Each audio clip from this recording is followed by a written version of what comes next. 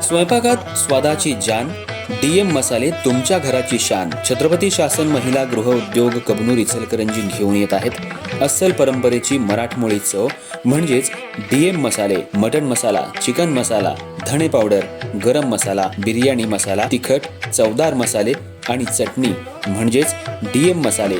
तर आजच आपल्या जेवणाची रंगत वाढवण्यासाठी केमिकल विरहित डीएम मसाले, गृहिणींच्या मनातले मसाले आणि चटणी अवश्य वापरा. डीएम मसाले महिला बचत गटाद्वारे करणारे स्वच्छ माफक दरामध्ये म्हणजेच डीएम मसाले. संपर्क दिव्याताई मगदूम, मोबाईल 91 30 80 22 55.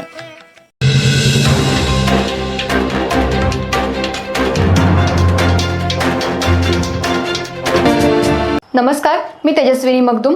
एम मराठीमध्ये आपल्या सर्वांचं स्वागत आहे. पाहुयात ठळक घडामोडी. इचलकरंजी शहरातल्या गावभाग पोलीस ठाण्याच्या वतीनं आज अंमली पदार्थ विरोधात जनजागृती करण्यासाठी शहरातल्या मुख्य मार्गावरून भव्य रॅलीचं आयोजन करण्यात आलं. या रॅलीमध्ये Balaji high school and junior college तसंच श्रद्धा इन्स्टिट्यूटच्या विद्यार्थी-विद्यार्थिनींनी उत्स्फूर्त सहभाग नोंदवला. विद्यार्थ्यांनी हातात घेतलेल्या विविध फलकांमुळे नागरिकांचं विशेष लक्ष वेधलं गेलं. सर्वांनी मिळून धरू हात, अंमली पदार्थांचा करू पर्दाफाश, गांजा, चरस, एमडी टाळा, जीवनाचा खरा गोडवा सांभाळा. अंमली पदार्थांचं सेवन म्हणजे यमराजाचं आगमन, अंमली पदार्थांचा पाश, जीवनाचा नाश, नको अंमली पदार्थांची नशा, आयुष्याची होईल दुर्दशा अशा आशयाचे संदेश रॅलीतून देण्यात आले. या मोहिमेमुळे नागरिकांमध्ये उत्सुकता निर्माण झाली होती.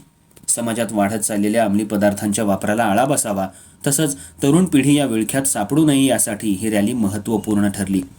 पोलीस प्रशासनाकडून वेळोवेळी अशा जनजागृती मोहिमा राबवून समाजात अंमली पदार्थ विरोधी चळवळ बळकट करण्याचा संकल्प करण्यात येतोय.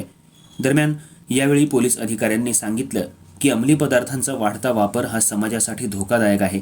विद्यार्थ्यांपासूनच योग्य मार्गदर्शन झाल्यास पुढील पिढी या व्यसनांपासून दूर राहील. म्हणून शालेय स्तरावरूनच जनजागृती केली जाणं आवश्यक आहे. रॅलीत सहभागी झालेल्या विद्यार्थ्यांमध्ये उत्साहाचं वातावरण होतं. घोषवाक्यांचा जयघोष करत त्यांनी समाजाला व्यसनमुक्तीचा संदेश दिला. अशा जनजागृती उपक्रमांमुळे इचलकरंजी शहरात अंमली पदार्थ विरोधी जनचळवळ अधिक बळकट होणार असा विश्वास पोलीस प्रशासनाने व्यक्त केला. यावेळी गावभाग पोलीस ठाण्याचे अधिकारी आणि कर्मचारी, होमगार्ड तसंच संबंधित शाळा आणि इन्स्टिट्यूटमधील शिक्षक मोठ्या संख्येनं उपस्थित होते.